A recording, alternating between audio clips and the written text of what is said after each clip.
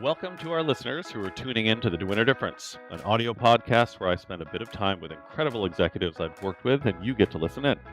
I hope that our conversations are unique and insightful, short enough so you don't respond to texts and emails while listening, but long enough so that you get some great takeaways that you can apply in your own career, life, and relationships. Today, I'm very pleased to speak with Matt Fields, Chief Financial Officer of Joby Aviation. Prior to Joby, Matt spent 2 decades at Ford Motor Company holding positions with progressive amounts of responsibility, both nationally and internationally, and led teams of as large as 1,000 people. He joined Joby in 2021 to help steer them towards a public offering in 2023. Matt, thank you so much for taking time today to chat. Thanks. Just one correction. We went public the same year I joined, so 2021. Yeah, So we've been there you public for a go. couple of years now. Well, true to form, we're gonna not even edit that out. We're gonna leave it as is because we all make little mistakes, and I'm full of them. So that All would are. that makes sense. It's 2023 now, of course. Jeez, Derek, Yeah. brilliant, awesome I interview can't so believe far. it's been a couple of years already. Yeah, well, maybe that's what I was thinking.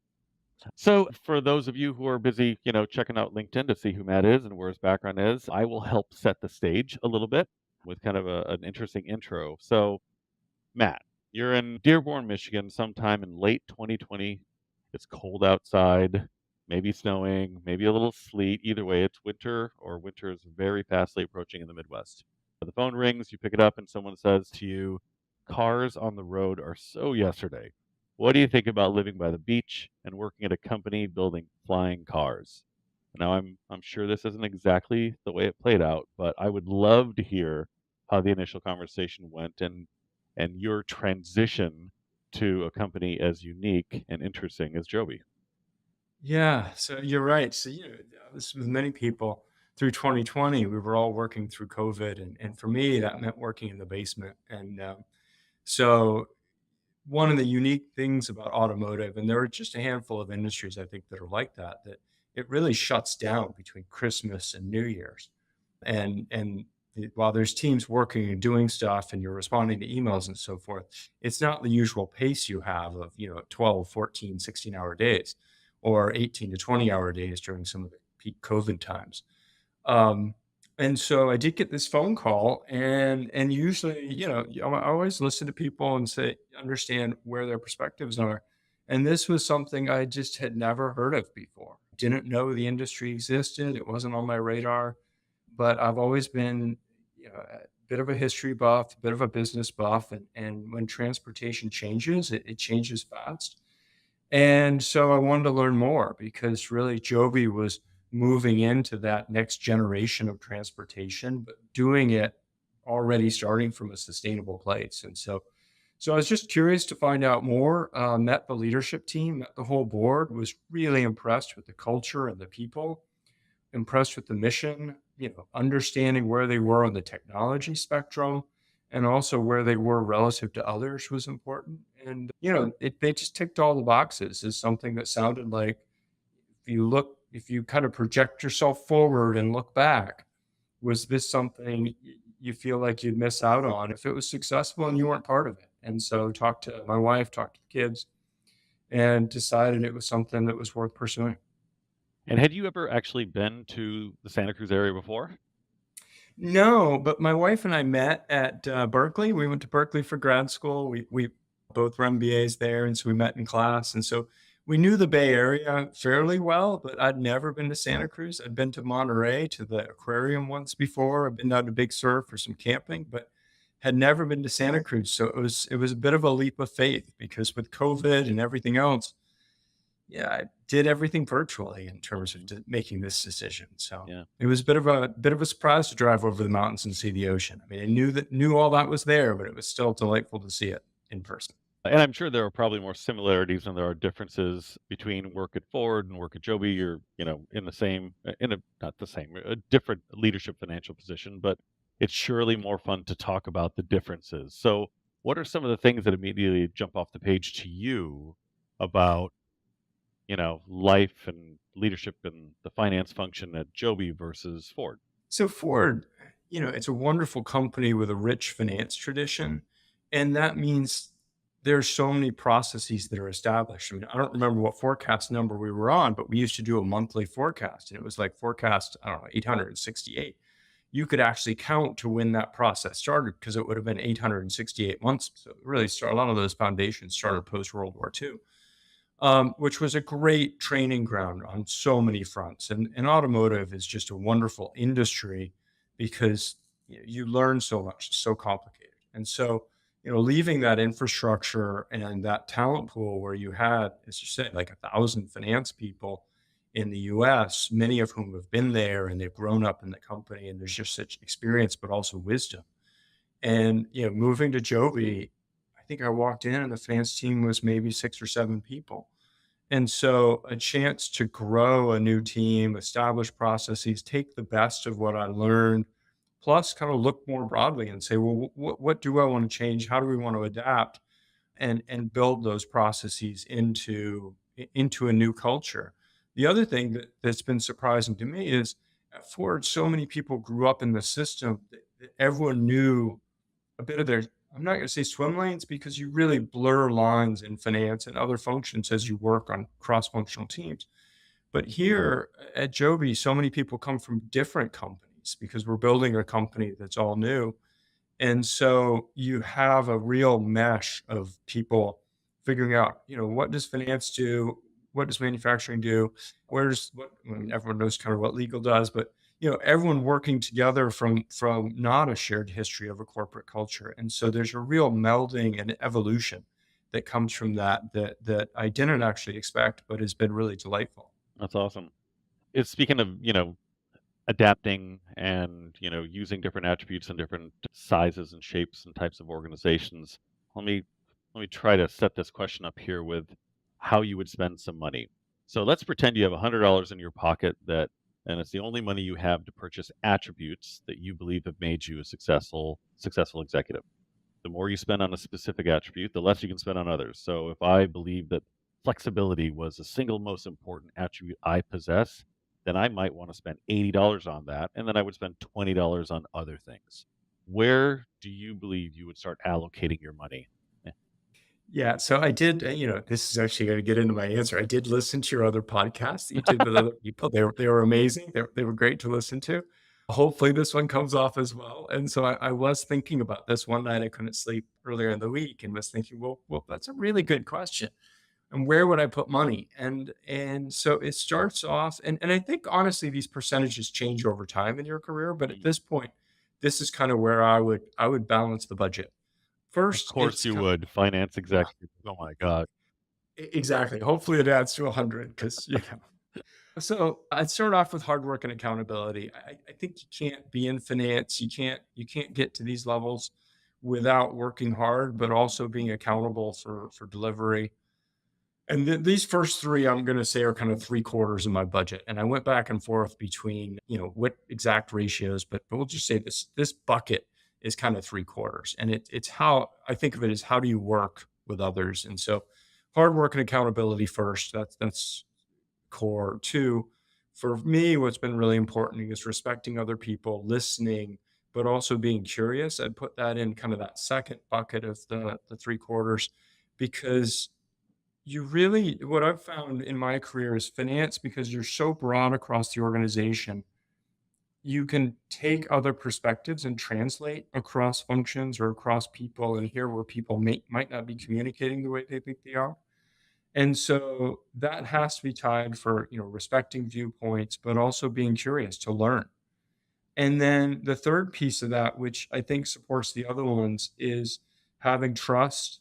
And that's trusting other people, but also respecting other people's trust in you and being approachable. I truly believe, that old finance doctor no really doesn't work so much anymore because if you've got problems, you want people to bring them to you. And if you're not approachable, I don't think you can really be successful in finance today in big, complicated companies. So that's kind of the first 3/4 is those three foundational elements. And then the last 25%, I would say, is what really makes a difference above and beyond that. And that's, you know, maybe spread it equally. Maybe there's a little bit of different weight in there, but there's mentorship and advocacy, because you do need to build teams, you need to train people, you need to identify talent. And at Ford, you had such a big pool that you were kind of identifying talent in the pool and advocating for people.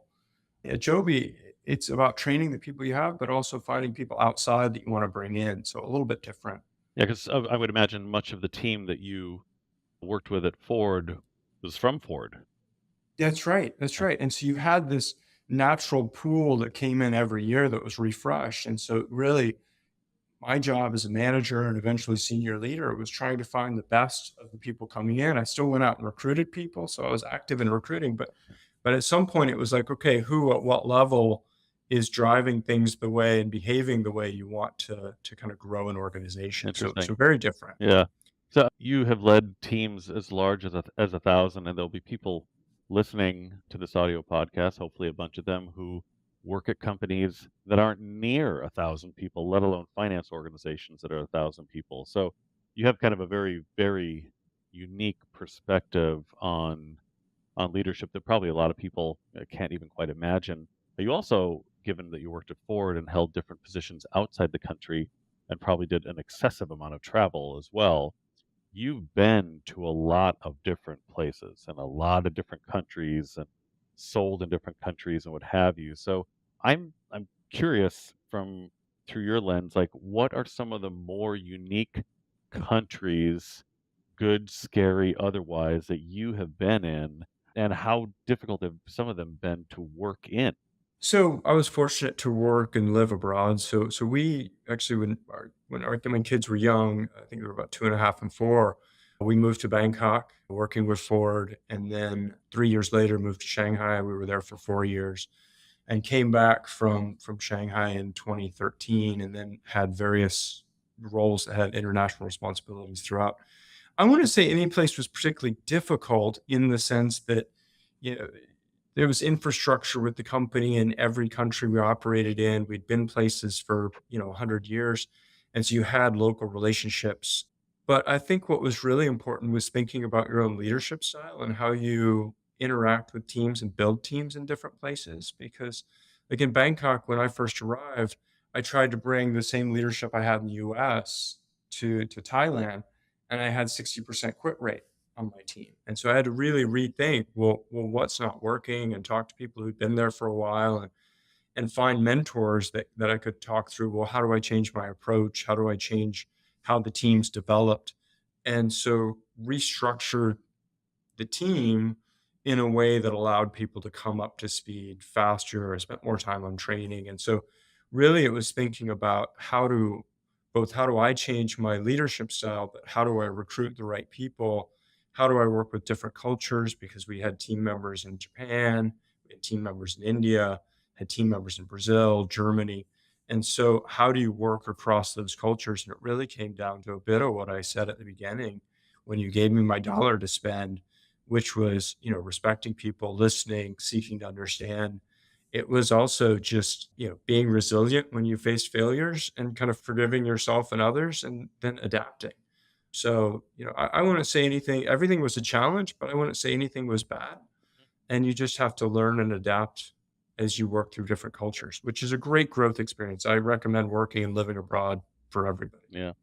Do you think that there's been a shift in the way other countries have looked at the US from a purely business perspective over the years? I don't know that I'm asking that the perfect way, or you can maybe you'd have to be in Thailand, and then go back 10 years later to see exactly how things have looked or looked differently. But do you think there's been a perceptual change in the way that some countries look at the US? It's a great question. I think there's an ebb and a flow to that. So there's elements where I think people look at the US the same way they always have, which is great educational system, wonderful place to start things and grow things. But also, I think internationally, those opportunities are now evident, right? India has always had a really strong educational system, but is now getting to be more entrepreneurial, more tech forward. And so now people are starting things in India, whereas they might have started in the US, same in Mhm. China, same elsewhere. But I do think people are seeing difference more, unfortunately, which I think is a real tragedy, both in the US and abroad. And so I think seeing of differences instead of commonality is creating more hesitancy for international collaboration at kind of the corporate business level, which is a real shame because there's so much opportunity to change the world, to have opportunities and so forth that I do look forward to a time when there's high degrees of respect and collaboration and teamwork globally. Knock on wood. Absolutely. Yeah. You can't open up. I was just going to say you can't open up the paper, but I don't know that anybody opens up the paper anymore. But you can't turn on your computer, go to a news feed, or hear company X, Y, or Z talk about their business without AI being a part of it these days. It's having an accelerating impact on our lives, work, and everything in between. Are you excited about the impact it has on your functional job? Or are you as much nervous as you are excited or concerned or a whole mix of things? I think you can't be excited without also being concerned. I mean, certainly what you see in some of the digital imagery and so forth can be concerning, but I'm really excited overall because whenever you see new technology, other than bad, spell corrects on my Apple texts, which sometimes are quite humorous and fun to enjoy, but I think the role AI will play, we're just seeing the tip of the iceberg, whether that's programming, helping you write things. I was talking to another CFO a while back, and we were talking about Chat GPT, and he's a small company as well. And he said, "Well, I needed a job description for a role, so I just Chat GPT'd it, and then I edited it." I thought, well, that's brilliant because job descriptions, they're not rocket science. And so, something like that is a perfect way to save yourself some time. And I think you think about that more broadly, whether that's on the accounting side, the finance side, the policy side, the legal side, throughout organizations. I think there's tremendous opportunity for AI.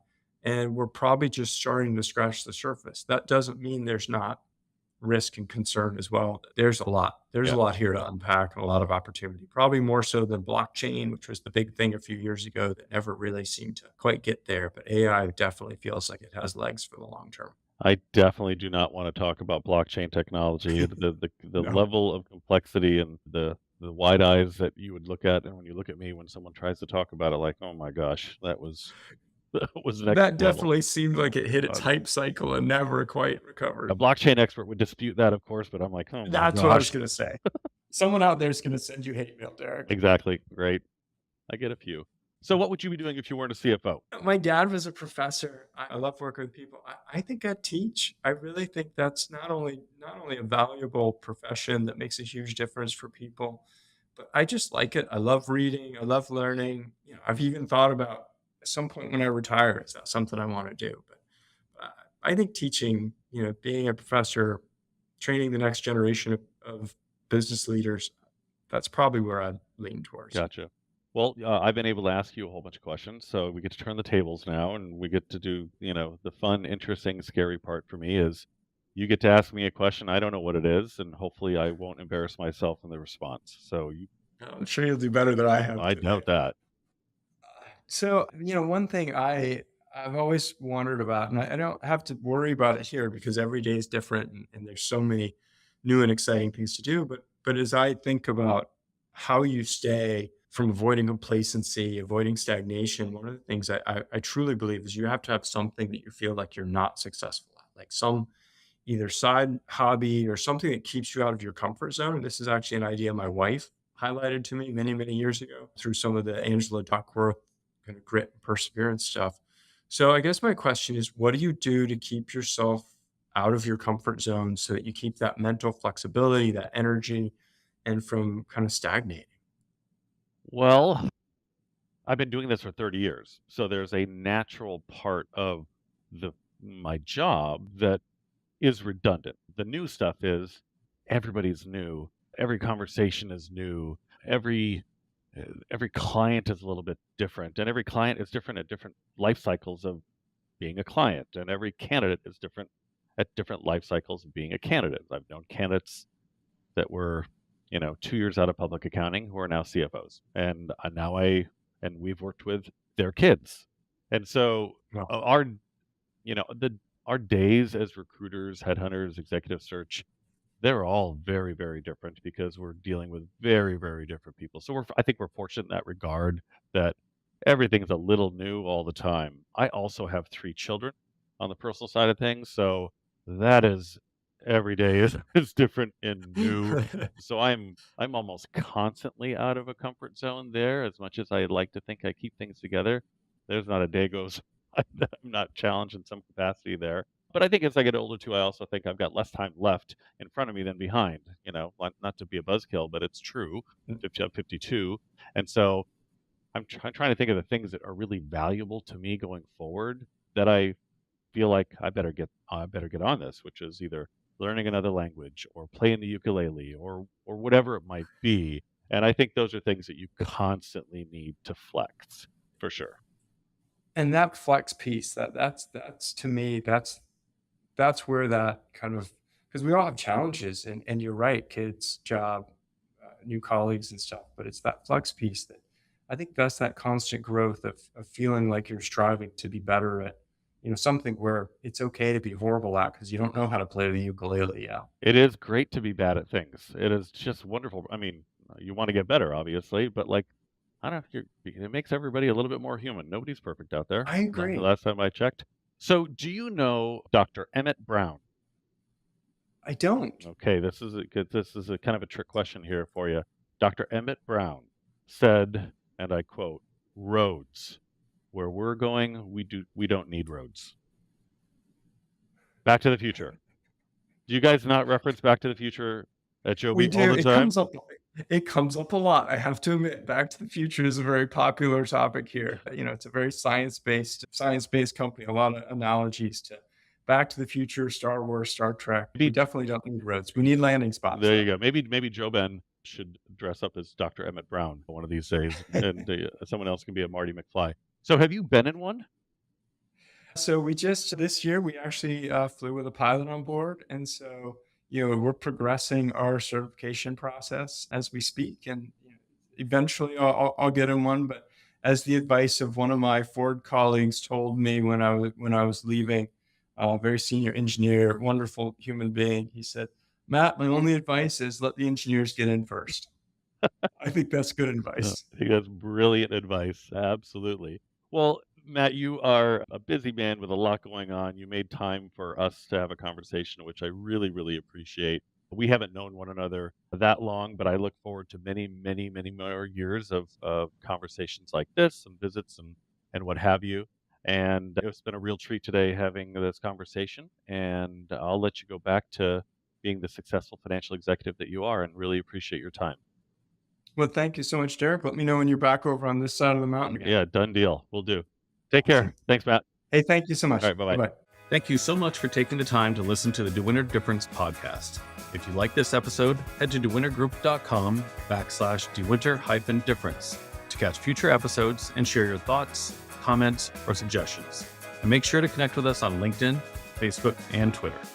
This podcast is produced by the DeWinter Group, the leading recruiting firm in the Bay Area and beyond. We help top companies and people reach their fullest potential through world-class accounting, finance, and technology recruiting services.